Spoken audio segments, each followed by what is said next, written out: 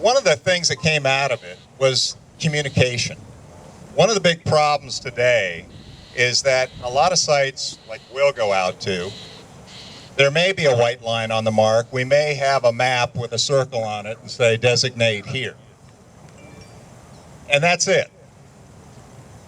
One of the things that we've really found is the importance of getting historical information. And for this firm in particular, they've made it the responsibility of their project managers to go through and do a historical records research and supply all that to a company like ours before we get out there.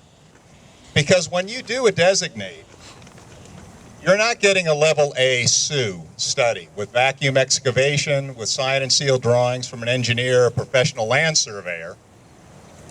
What you're getting is a person coming out with electronics and doing the best they can in terms of identifying those utilities.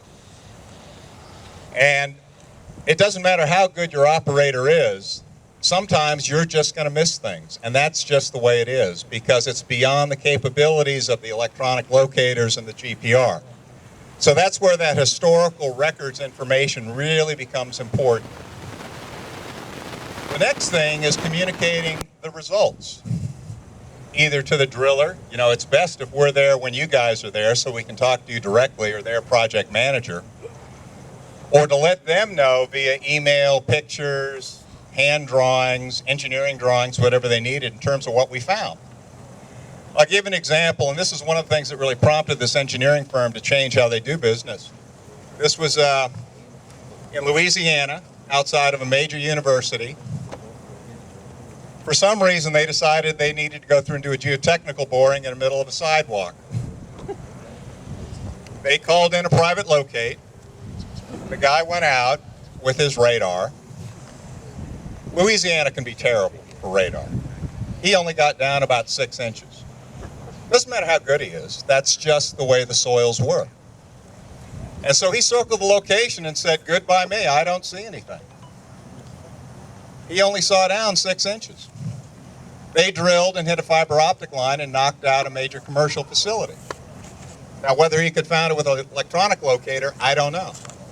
But if he would have communicated to the driller and to that engineering firm that you're on your own, you know, I can't tell you what's going on beyond a depth of 6 inches, I'm sure it would have changed their protocol in terms of how to go through and test for that hole. So communication is really key, and it's both before and after the job. And then also what's expected as a deliverable. Do you need paint on the ground? Are you going to be there a month after we do our work, or are you going to be there the next day? That's all the kind of thing that needs to get designated. We've had problems where people come out and said, "Well, you missed this." Well, we did it 3 weeks ago, and the paint's gone from the grass. If we would have known that, we would have put in stakes, pin flags, told the guy not to mow over the lawn, whatever. So that's the kind of feedback that people need to be able to provide, so we as a designator can give you guys what you need in terms of information. And then the last thing was the standardization of equipment and training. It's really across the board. I was amazed with different firms in terms of what they bring out to a site, and it'll vary within the firm. Some firms will have just GPR. Some firms will have an electronic locator and a GPR. Some firms will have 2 or 3 other technologies. So one of the things this engineering firm said is, this is what we want these people to have.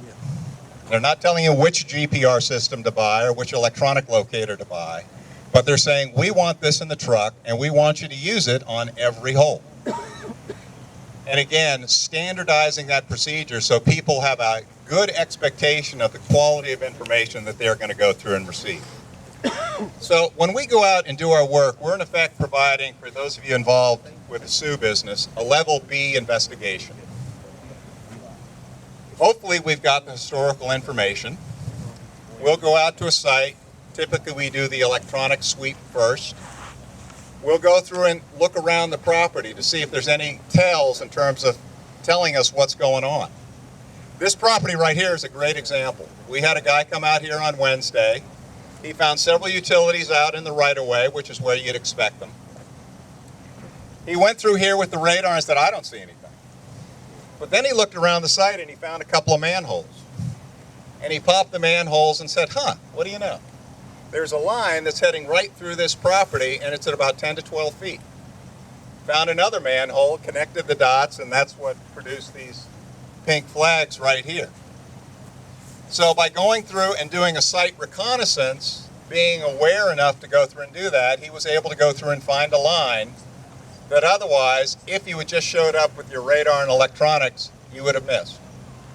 So that's the importance of information, and also the professional you have doing the job to go through and look around.